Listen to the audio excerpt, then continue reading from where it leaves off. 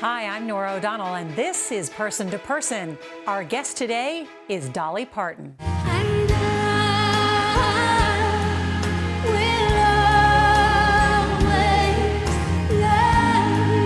Dolly Parton is the queen of country music. A one-name wonder, Dolly has sold over 100 million records and topped the charts in both country and pop music. With more than 5 decades in the spotlight, she's done it all with hit songs like Jolene and Coat of Many Colors. I was rich as I could be in my coat of many colors, working 9 to 5. To classic movies like 9 to 5. An accident. She was thinking about doing it last night. Plus a Broadway musical, countless books, and a theme park near her hometown called Dollywood. But she's never forgotten her humble roots. The Tennessee native was born in a one-room cabin in the Smoky Mountains, one of 12 children. And at 77, the blonde bombshell isn't even close to done. She's coming out with her 49th studio album. This one, a rock album, appropriately named Rockstar. She's also giving a close-up look at her incredible clothing and costumes over the decades in a new book, Behind the Seams, My Life in Rhinestones. So we went to Nashville and sat down with Dolly for an intimate, person-to-person conversation.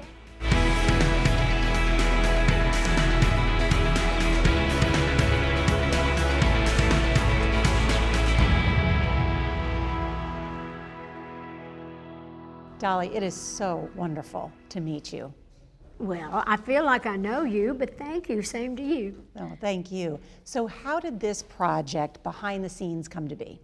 Well, it's called Behind the Seams. It's all about my life in rhinestones and all about the clothes that I've worn over 6 decades, going back from when my mom used to make clothes for me all the way up through to when neighbors used to make clothes and different people in Nashville all the way up through Hollywood and some of the finest designers and hairstyles as well. And so that was a clever little title that my niece Rebecca, who's the curator, has helped put it all together. She came up with that title, and I thought, that is so clever, Behind the Seams. Mm-hmm. So in My Life in Rhinestones, so we headed out and did it. It's been pre-ordered by many people. Yeah, well, it's a coffee table book, and it's really got laughable things in it. I look at the wigs and some of the clothes I've worn and I laugh out loud, and I tell the stories about where I was and what I was thinking at the time and when I wore it. I know you say you don't care about fashion. How can that be? Well, I don't care about following fashion. I've never been one to follow what other people are doing. I see what's going on, but I never could have afforded in those early days. But I just had my own personality, my own thought of who I was and how I wanted to look. I laugh out loud when people say I'm a fashion icon, because I never intended for that to happen. I just kind of dressed the way I dress. So where did that sense of fashion come from? I just wanted to be noticed. I tell this story, and it's become like a joke, but it is the honest truth. I patterned my early look after the town tramp in our hometown. She just wore her hair all peroxided and piled on top of her head. She wore red lipstick, eyelashes, long red fingernails, high-heeled shoes, short skirts, and I thought she was the prettiest thing I'd ever seen. That would be so in a little country kid's eyes. So, and everybody would say, oh, she's just trash. And so I thought, well, that's what I'm going to be when I grow up, is trash. I thought that was just a term of how she looked, not what she was. And so I just loved that look of looking cheap and trashy, I guess. And that slogan where I say it costs a lot to look this cheap, there's a lot of truth in that too. You exude confidence in everything that you do. Do you always feel that way? Well, I'm confident in myself. I often say I'm comfortable in my own skin no matter how far I've stretched it as the years go by. But I think there's a lot to be said about being comfortable with who you are. Because I don't know how to be anybody else. I don't want to be anybody else. I'm not responsible for anybody else, but I'm responsible for me. But I think there's a lot to be said about self-confidence. I was confident in my talent, and I was confident in who I was as a person. So I've just held on to that. But a lot of people struggle with that, and I wonder if that's part of your great appeal to so many people. Well, it might be, but think a lot of my self-confidence too is that I'm grounded in the spirit as well. I grew up in the church, and my grandpa was a preacher. I also got a lot of confidence from that, you know, believing that God loved me no matter what, and that that we're supposed to, you know, to love ourselves and love one another. When you started out, people told you to tone it down. Well, a lot of people told me to turn it down and to, you know, to tone it down for sure. But I just knew I felt better in bright colors and shiny clothes and the way that I dress, because I have a, you know, pretty outgoing personality, even though I was more shy and bashful coming out of the mountains, but still I had that fire inside me, that passion that wanted to just be out there and be part of it. Maybe that's your next song, I Told You So. That would be a good title, I Told You So. On that note, one of your first songs, of course, was the hit song Dumb Blonde.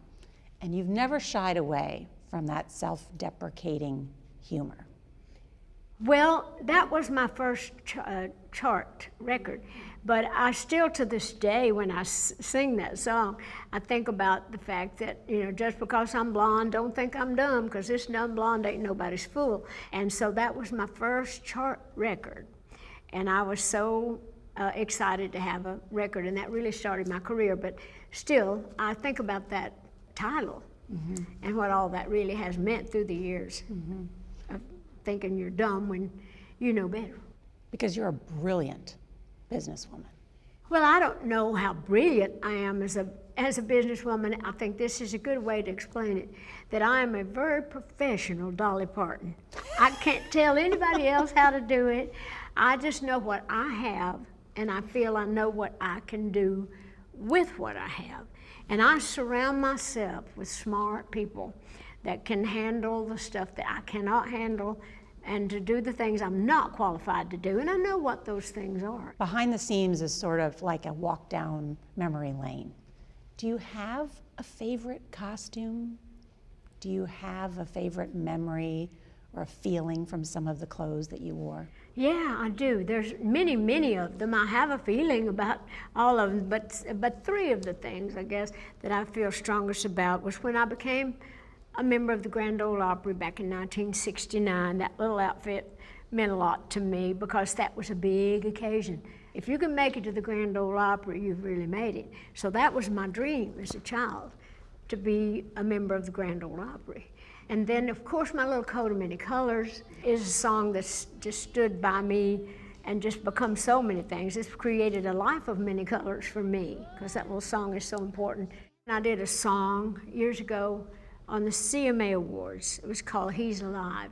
It was a spiritual song with the choir and everything, and that dress had little built in like wings. When I raised my arms, it felt like wings, but I got so caught up in the spirit on that song. That's such an inspirational, powerful song that when I was singing it, I really just felt like the spirit just kind of fell on me, and it just meant so much. And when I raised my arms, I just felt like I was going to fly away. How do you practice your spirituality today? Oh, I live my spirituality, you know. That's how you practice it mostly. You just live it and be it. A lot of people so overthink spirituality, you know, and therefore they think it has to be some big ritual. But the kingdom of heaven is inside. It's right inside of you, and you can draw from that wisdom, whether you call it God or higher wisdom or a higher knowing. There's something bigger than you. I just think you just need to claim it and live it. And you can apply that to whatever you do. I don't think you have to be a saint. I don't think you have to be so strict that you can't have fun. You know, it's all about the intent of your heart. Now, not just the dresses, but the shoes, the heels. Now, you say they're, comfortable. I mean, you've got the most beautiful shoes, and probably more shoes than I've ever seen in my life, and they're all handmade, right?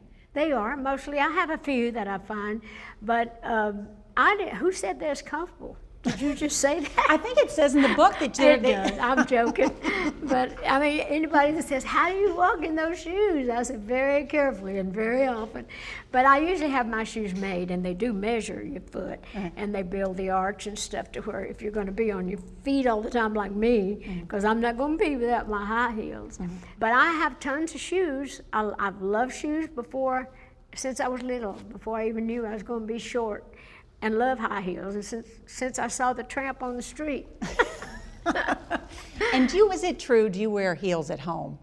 I do. They're not always this high, but I wear some sort of a little heel because I'm short. I can't even reach my cabinets without some sort of a little heel. I do go barefoot. Of course, I do walk around some, but I like to kind of, even around the house, I kind of put my little hair up in a little scrunchie, put a little makeup on. I don't like to be tacky. I never know who's going to come to the door or need something. So there's no Dolly Parton at home in yoga pants and tennis shoes?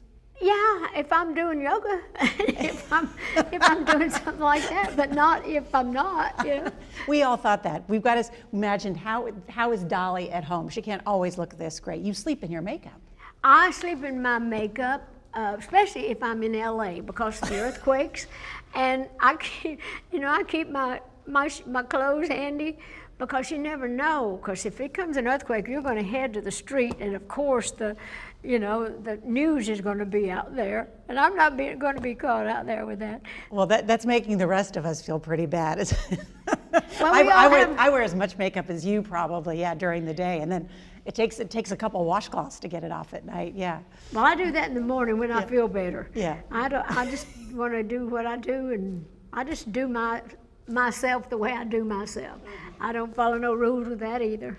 I feel like I know you so well, having followed you for so many years, but in preparation for this interview, of course, we tried to read everything we could, listen to everything we could. And I read this about you. Dolly Parton's popularity has endured in large part because she is an enigma in plain sight, one of the most scrutinized bodies in the history of modern celebrity, and yet no one can tell you what her forearms look like. Well, that's not true. There's several pictures of me in that little book, Behind the Scenes, where I have my little sleeveless clothes on. But I'm very fair, and I don't lay in the sun, and I just don't like my arms to show. Can we just put the rumor to rest that your forearms are covered in tattoos? Well, I have a few tattoos, but that's mostly to cover some scars and some things that I have, but not on my forearms, But if my tattoos are personal and for reasons, but I'm not a biker chick under there. But that's, but I don't like my arms to show. So there's no tattoo sleeve under there? Well, I have a few little things, but not like what you're saying. I have a few bows, a couple little bows right in here, and I got but that's not why I don't show my arms. Do you consider yourself mysterious? Well, people find me mysterious because I just tell everything I know. What's the mystery there? I tell everything I feel that the people need to know, and I'm honest in what I say. I just don't always tell everything I know. If you didn't think to ask it, I ain't going to volunteer it. I have to save some for me. It's just like when I pray about my money, I always ask God to give me enough to share and enough to spare, And so that's the same thing with my personality. God give me enough to share with everybody and give me enough to spare. Save some for me. You have to save something for yourself. And so therefore, by doing so, you create a mystery, I guess, because people are always saying that to me. But nobody knows everything about everybody, nor should they. True. I love how, too, in the book, you spend a lot of time featuring all the people behind the looks, the designers, the hairstylists, the makeup artists, the tailors. Why was that so important? Well, that was one of the main reasons that I was all up for doing this book, because it has given me a chance to really let the people that put all this together. It's one thing for me to get out there and sell it. I can take me with my personality and all that. But if you don't have the hair you need, if you don't have the clothes that you need, and people have no idea the hours, the endless hours that it takes to do one of these beaded dresses for instance. And so I just wanted to give the hairstylists through the years that have worked on my hair and the people that have worked on my clothes, the designers through the years, and talk about them, and at the same time talk about where I was at that particular time in my life. We have much more with Dolly Parton when we come back. She talks about her new album, Rockstar.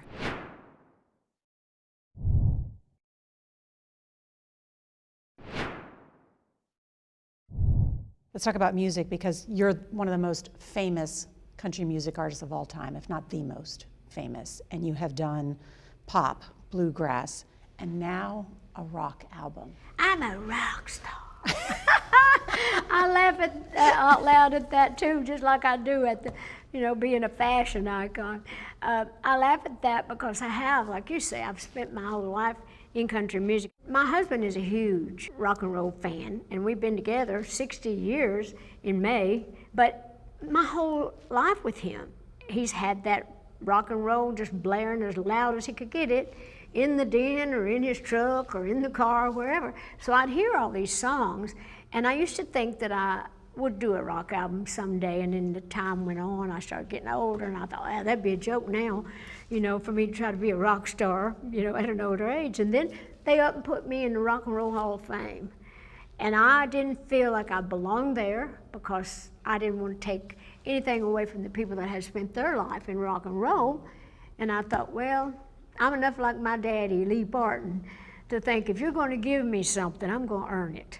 And then I thought, well, timing's everything. So I decided I'm going to do that rock and roll album. Let's talk about World on Fire. That's a political message that I don't always detect from you. Well, actually, I didn't think of that as political as much as I was thinking of it as trying to save our asses. Save our butts. Anyway, that's one of the lines, and one of the things when I said, I talked about, it was more about just all the things that's going on in the whole wide world and what are we doing. But it was just about, what are we doing? What are we thinking? Are we just gonna my mouth's bigger than your mouth? My people are bigger than your people, my daddy's bigger than your daddy, my bomb's bigger than your bomb, until we just blow ourselves plumb out off the face of the earth. So I just felt led to write something, because that's how I do express myself. I'm not political, but I do write, but I do feel it, just like the first line of that says, I'm not one for speaking out much, but that don't mean I don't stay in touch. And so to me, that's more spiritual than it is political. It's just a plea to say, hey, we're just, it's just us. Who are we going to be when we ain't here? No, it's an incredible gift. I mean, the difficulty of songwriting, and people sometimes take days, weeks, but mostly years, and it's truly your genius. Oh, I'm not a genius. That just runs in my blood, and I have the gift of rhyme. And so I always make a joke. I say, I've got at least 3,000 songs and 3 good ones. And that's pretty much true. Do you think you'll ever stop writing songs or retire? No. I couldn't stop writing songs if I wanted to. That just comes to me as natural as when I'm putting my makeup on. I won't even be thinking I need to. And I'll always keep a notepad or something handy. I'll come up with a title or a line and stuff. So that's natural for me. Do you have a favorite song that you've written? Well, I have several favorites. I have some that I like to sing more. Like I Will Always Love You. Any singer likes to have a song that you can really belt it out on and do the low parts and the dynamics of it. But my favorite song, and I've said this from day one, I doubt that I'll ever write one that means more to me personally than The Little Coat of Many Colors. Because that's about family, it's about mama, it's about bullying, it's about acceptance, and it's about, diversity. It's about all the things that really matter, but I didn't know it at the time. When we come back, we'll talk with Dolly Parton about what's next for the icon.